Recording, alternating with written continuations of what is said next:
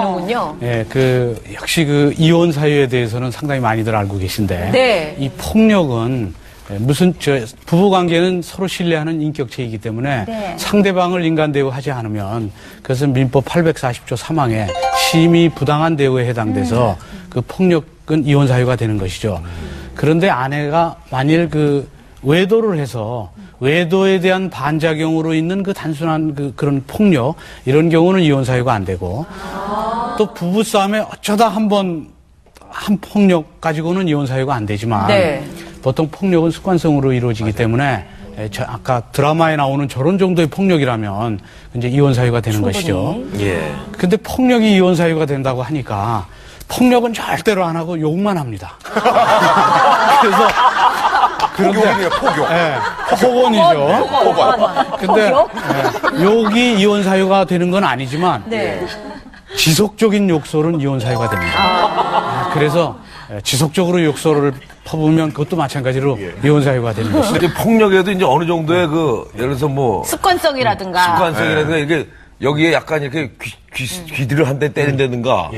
근데 이렇게 쳐가지고 여기 눈을 예를 들어서 팔이 부러진다고. 몽댕이로 쳤다든가 그럼 한 번에. 그건 한 번의 이혼 사유가 될 수도 맞아요. 있죠. 그러니까 강약에 따라서 그게. 그렇습니다. 그러니까 예를 들어서 정말 너무 화가 나서 이제 싸우다 밀쳤다거나 아니면은 이렇게 정말 한번 손찌검을 했다던가는 아마 그런 상황을 판단하실 때 판사님이나 변호사님이나 이렇게 그런 걸 참작을 하실 것 같은데 본격적으로 그런 상황에 따라 진짜 다른 말씀이죠. 근데 폭력을 그렇게 팔이 부러져서 야구 방망이라든지 무슨 골프채로 쳐서 폭력을 하면 흉기로 폭력을 행사한 거기 때문에 이런 경우는 이혼 소송을 할 필요가 없이 폭력 행위 등 처벌에 관한 형사고발이죠? 특별법으로 하면 구속 사유에 해당됩니다. 외도 의처증이나 의부증이 심하면 그것도 이혼 사유가 된다고 들었거든요. 게다가 지금 상대 여자를 의심되는 상대의 직장에 와서 이제 사실도 아니죠. 사실도 아닌 거예요. 의부증의 경우에는 물론 일종의 정신치료를 요하는 병인데 이 경우는 바로 의부증의 행동이 있다고 해서 바로 이혼 사유가 되는 건 아니고 그 남편이 의부증을 치료하는 노력을 보여야 됩니다.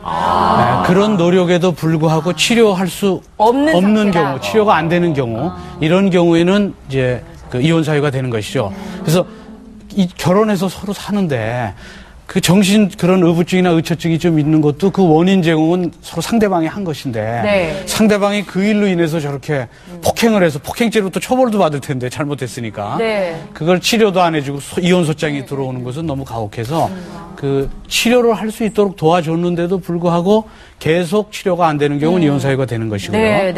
또 그다음에 각방을 쓰는 경우도 이 드라마에서는 서로 합의하에 각방을 쓰고 있습니다. 결혼 초부터.